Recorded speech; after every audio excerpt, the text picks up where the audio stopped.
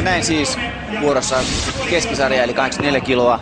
San Salmon USAsta vastaan Alexander Slemenko Venäjältä. Eli kaksi varsin erityylistä ottelijaa. Salmon on painitaustainen, UFC-taustainen ottelija.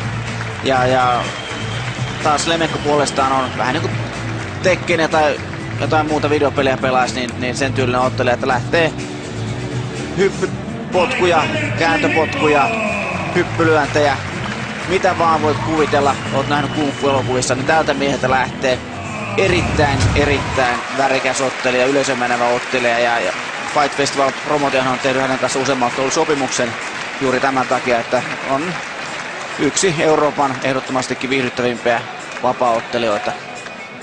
Ja San Salmon siinä tulee kehään ja siellä on tutut kaverit kulmassa, eli Lucio Linhares ja Timo Suhonen ovat Salmonin tuttuja kulmamiehiä. Ja näin lähdemme ottelun ensimmäiseen erään. Oikealla valkoisissa housuissa San Salmon ja mustissa housuissa ottelee Venäjän Alexander Slemenko. Joo, tässä nähdään nyt sitten, että mitä tapahtuu, että painia vastaan pystyottelija, että ihan klassinen asettelu, että tyylit kohtaa. Näin ja siinä hyvä polvi tuli vartaloon ja Salmon on jo kanveesissa, Slemenko jatkaa lyönneillä. Loppuuko tämä ottelu näin nopeasti? Siellä on Salmon hätäkärjys ja Alexander antaa lisäaikaa ja johtaa nousemaan ylös ja sieltä Salmon lähtee uudella hakee klintsiä ja taas haetaan polvea vartaloon. Nyt on kova alku Salmonille, saako hän vietyä ottelun?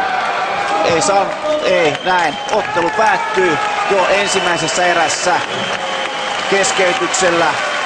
San Salmon sai kovaa kyytiä Venäjän Alexander Slemenkolta. Nuo vartaloiskut tekivät kyllä tehtävänsä.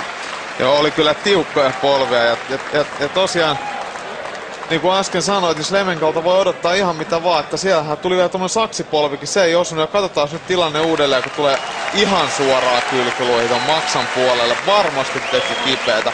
Tässä ei tullut pahoja osumia.